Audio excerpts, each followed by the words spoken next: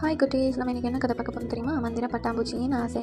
இது ஒரு அழகிய காலை பொழுது. அப்போது அச்சிறுவன் அவன் வீட்டு தோட்டத்தில் விளையாடி கொண்டிருந்தான். அங்கு ஒரு சிறிய அசைவை கண்டான். அதை நோக்கி சென்று அங்கு பார்த்தபோது ஒரு அழகிய பட்டாம்பூச்சி அங்கு துவண்டு கிடந்தது. அதை கையில் எடுத்து அதன் சோர்வை அறிந்து அதற்கு தம் உணர்ச்சிகள் மூலம் உற்சாகத்தை ஊட்டினான். அது நன்றி கூறும் விதமாக சிறுவனுக்கு 3 மந்திரங்களை கொடுத்தது. அந்த 3 மந்திரங்கள் என்னவென்று தெரியுமா? பிரகாசித்தம். அது வேண்டிக் கொள்ளக்கூடியதல்ல, அவன் செய்யும் ஒவ்வொரு செயல்களுக்கான நற்பலன்கள் அது.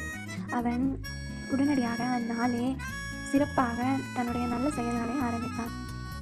முதல் தன் வீட்டின் அருகில் தோட்டத்தில் பறவைகளுக்காக தண்ணீர் வைத்து பறவைகள் அருந்தும்படி செய்தான்.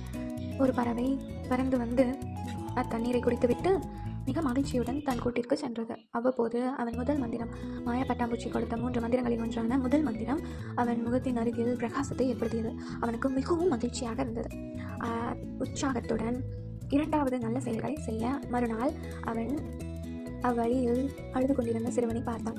அவன் தன் வீட்டின் வழியை மறந்து அழுது கொண்டிருந்த போது தன் கைகளை கொடுத்து நம்பிக்கை ஊட்டி அவன் வீட்டின் அருகில் கொண்டு சென்று விட்டான். அவ்வப்போது 2வது மந்திரமான மாய பட்டாம்பூச்சி கொடுத்த மந்திரம் வெளியேற தொடங்கியது. அவனுக்கு மிகவும் மகிழ்ச்சியை அளித்தது.